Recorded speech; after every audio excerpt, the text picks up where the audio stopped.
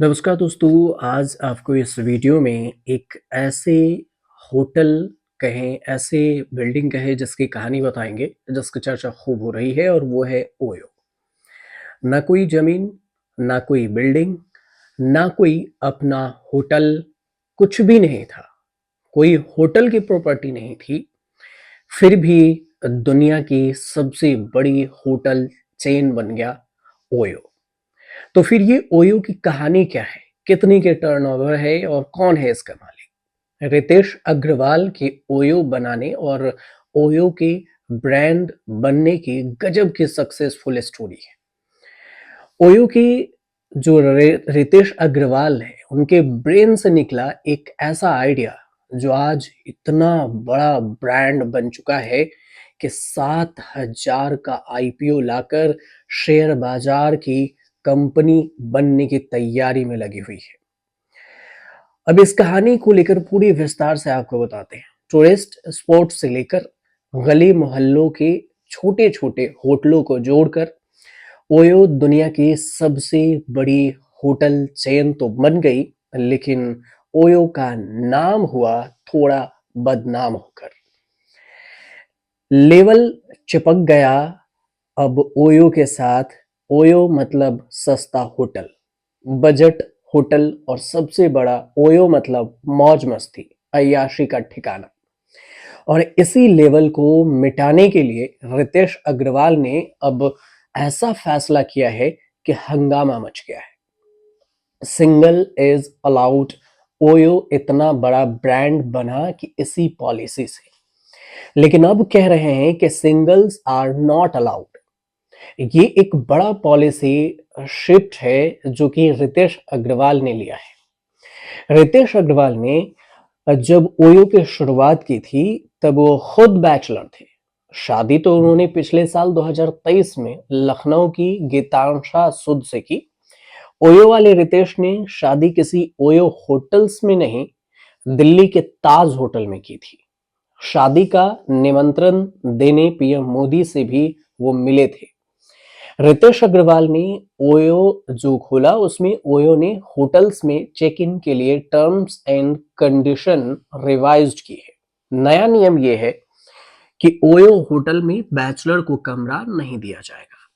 सिर्फ शादीशुदा लोग ही चेक इन कर सकते हैं ओयो होटल्स में। अगर लड़की लड़कियां ओयो रूम्स बुक करेंगे तो फिर रिलेशनशिप का प्रूफ देना पड़ेगा। अगर शादीशुदा लोग बुकिंग करा रहे हैं तो उन्हें शादीशुदा होने का प्रूफ दिखाना होगा। फिलहाल इस पॉलिसी को सिर्फ उत्तर प्रदेश के मेरठ में लागू किया गया है और ये एक ट्रायल वर्जन है। ओयो की तरफ से कहा गया है कि फीडबैक देखने के बाद बाकी शहरों के बारे में भी हम फैसला लेंगे। ओयो में मेरठ के ओयो में वही लेवल वाली प्रॉब्लम फेस करनी पड़ी। सामाजिक संगठनों ने मांग की थी कि बैचलर्स को रूम मत दीजिए। ओयो ने भी कानून और सामाजिक जिम्मेदारी का हवाला देकर पार्टनर्स होटल से कहा कि चाहे वो बैचलर्स की बुकिंग रिजेक्ट कर सकते हैं। ओयो के जो नए फैसले को लेकर सोशल मीडिया पर भी खूब हंगामा मचा हुआ है। बैचलर्स की नो एंट्री के समर्थन और विरोध में खूब कहा सुना जा रहा है। लोग मजे लेकर ये तक पूछ रहे हैं कि सिंगल जा नहीं सकते तो फिर मिंगल ओयो जाएगा क्यों? अब ओयो के लिए लीगल बिजनेस प्रॉफिट पॉइंट से ये मॉडल सक्सेसफुल होगा या नहीं, पार्टनर होटल्स ओयो की चेक इन पॉलिसी को मानेंगे या नहीं, इन सब का टेस्ट अभी बाकी है। लेकिन सबसे बड़ा खतरा तो ये है कि अगर ये पूरे देश में लागू हुआ तो बैचलर्स को होटल्स में रूम बुक कराना मुश्किल हो जाएगा।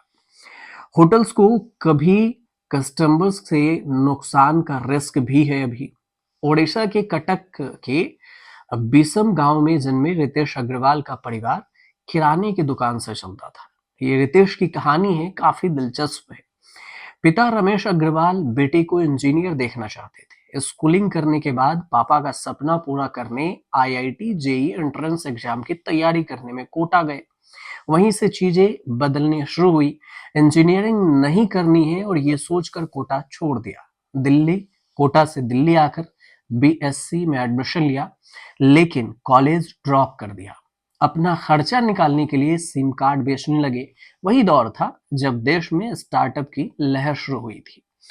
ये करीब करीब 2012-2013 में रितेश ने होटल इंडस्ट्री के लिए स्टार्टअप शुरू किया, ओरेवल स्टे से।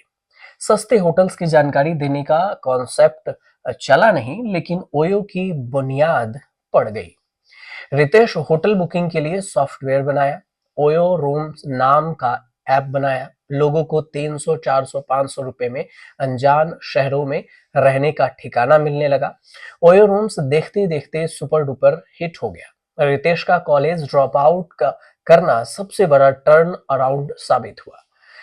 थियल नाम की फेलोशिप उनको गलती थी। जिन्होंने कॉलेज ड्रॉप आउट किया हो, उम्र 20 साल से कम हो, पहले फेलोशिप से पैसा आए, फिर बिल्कुल यूनिक आइडिया पर सॉफ्ट बैंक ने फंडिंग कर दी। रितेश अग्रवाल ने ओयो रूम्स के दरवाजे खोल दिए। शुरुआती गुरुग्राम के 5 होटल को जोड़ने से हुई थी। 2015 की बात है।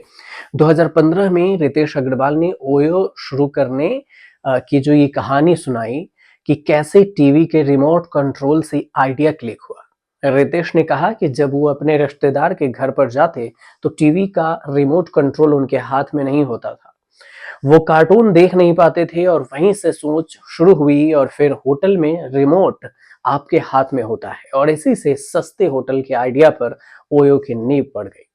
उन्होंने होटल के टाइप अप करना शुरू किया। ओयो ऐप पर होटल्स लिस्ट हुए और ओयो को डील्स मिलने लगी। 2013 में शुरुआत से पिछले साल तक ओयो की चर्चा बहुत हुई। ऐप पर बुकिंग वाला ट्रैफिक भी दबाकर मिला, लेकिन ओयो प्रॉफिट मेकिंग नहीं था। 2023 और 2024 में पहली बार ओयो ने पहले बड़ा प्रॉफिट कमाया, वो था 229 करोड़ रुपए। बिजनेस मॉडल सिंपल है कि ओयो का अपना कुछ नहीं है। होटल्स को ओयो ऐप से जितनी बुकिंग मिलती है उसका कमीशन ओयो को मिलता है। कमीशन से ही ओयो कस्टमर्स को ऑफर देता है। होटल्स इसलिए खुश है क्योंकि बुकिंग मिल रही है। कस्टमर्स इसलिए खुश हैं क्योंकि आसानी से सस्ता होटल मिल रहा है। ओयो की असली चांदी कि बिना अपना कुछ लगाए सिर्फ एक ऐप से कमाई हो रही है। दुनिया के 80 देशों के 800 शहरों में ये लगा हुआ है। ओयो का लोगो और खूब चल रहा है कारोबार भी। ओयो मतलब 80,000 करोड़ की बिजनेस वाली कंपनी। रितेश अग्रवाल सबसे कम उम्र के सेल्फ मेड बिलियनियर है। 31 साल में उनकी नेटवर्थ 7,000 करोड़ से ज्यादा मानी जाती है। अगला धमाका तब होगा जब शेयर बाजार में आएगा ओयो का आईपीओ। लेकिन ओयो अब भारत की सबसे बड़ी होटल चेन कंपनी बन गई है। इसके फाउंडर रितेश अग्रवाल हैं और इसका शुरुआत उन्होंने 2012 में किया था। ओयो न सिर्फ भारत बल्कि एशिया, यूरोप, अमेरिका तक फैल गया है। अब ओयो का कितना बड़ा है साम्राज्य, इसका अंदाजा इसी से लगा सकते हैं कि इसकी कंपनी दुनिया के 80 देशों में 800 शहरों में फैली है और इन 800 शहरों में 43,000 से अधिक संपत्तियां हैं और 1 मिलियन कमरे हैं। ये साल 2020 का डेटा है। उसके बाद ये बढ़ा भी। 2019 तक ओयो के वैश्विक स्तर पर कर्मचारियों की संख्या 17,000 से अधिक थी, जिसमें 8,000 भारत और दक्षिण एशिया में थे। हुरून रिच लिस्ट के अनुसार से अगर देखें तो ओयो के फाउंडर और सीआईओ रितेश अग्रवाल की नेटवर्थ 1900 करोड़ रुपए की अभी फिलहाल है। तो ये थी कहानी ओयो को लेकर। उम्मीद करते हैं अगर आपको अच्छी लगी हो तो फिर चैनल को सब्सक्राइब कीजिएगा, शेयर कीजिएगा, कमेंट कीजिएगा।